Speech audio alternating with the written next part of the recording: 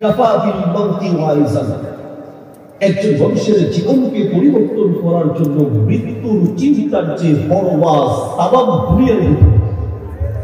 আপনার জীবনটাকে পরিবর্তন করতে যদি চান, জীবনটাকে যদি দিনমুখী আর আখিরাতমুখী করতে চান, মাঝে মাঝে কবরস্থানে যাবেন, মাঝে মাঝে মৃত ব্যক্তিদেরকে গোসল করাবেন, মাঝে মাঝে তাদের কাফন দাফনে অংশগ্রহণ করবেন, মাঝে মাঝে মৃত ব্যক্তিদের কাছে থেকে নিজের মনটাকে বোঝাবেন এরকমটা যেমন দুনিয়া থেকে বিদায় হয়েছে, আমাকে আপনাকেও এই মাটির তলে যেতে হবে। মসজিদের পাশের খাপ আপনার জন্য অপেক্ষা করে, আমার জন্য অপেক্ষা করবে কিনা?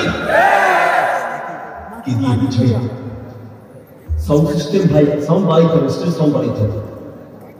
গত বছর বহু বক্তার সাথে মাহফিল করেছি, একই স্টেজে বক্তব্য দিয়ে উত্তরবঙ্গ থেকে আমি ফিরে এসে পৌঁছাতে পেরেছি, কিন্তু সেই বক্তা রাস্তার মাঝে অ্যাক্সিডেন্ট করে দুনিয়া থেকে বিদায় হয়েছে। বহু বক্তা গত বছর মাহফিল করেছি, এই বছর মাহফিল করার সুযোগ পাই নাই, মাটির তলে আছি। গত বছর বহু শ্রোতাকে নিয়ে মাহফিল করেছি, বহু কমিটির লোক গত বছর মাহফিলে ছিল, কিন্তু এই বছর থাকতে পারে নাই। আজকের এই মাহফিল আপনার জীবনের শেষ মাহফিল হতে পারে, আমার জীবনের শেষ মাহফিল হতে পারে, শেখ আহমদুল্লাহ হাফিজাহুল্লাহর জীবনের শেষ মাহফিল হতে পারে, মাওলানা আব্দুল হাই মোহাম্মদ সাইফুল্লাহ হাফিজাহুল্লাহর জীবনের শেষ মাহফিল হতে পারে, মুফতি সাইফুল ইসলাম সাহেবের জীবনের শেষ মাহফিল হতে পারে, অনারব শিল্পীদের জীবনের শেষ মাহফিল হতে পারে, আর আপনার জীবনেরও শেষ মাহফিল আজকের মাহফিল হতে পারে কিনা? এমন বহু মাহফিল হয়েছে, মাহফিল শেষ করে বাড়িতে গিয়ে পৌঁছাতে পারে নাই, পথে অ্যাক্সিডেন্ট করে দুনিয়া থেকে বিদায় হয়েছে। রাতে সুস্থ মানুষ ঘুমিয়েছে, কিন্তু সকালবেলা লাশ হয়ে মাটির তলে গিয়েছে।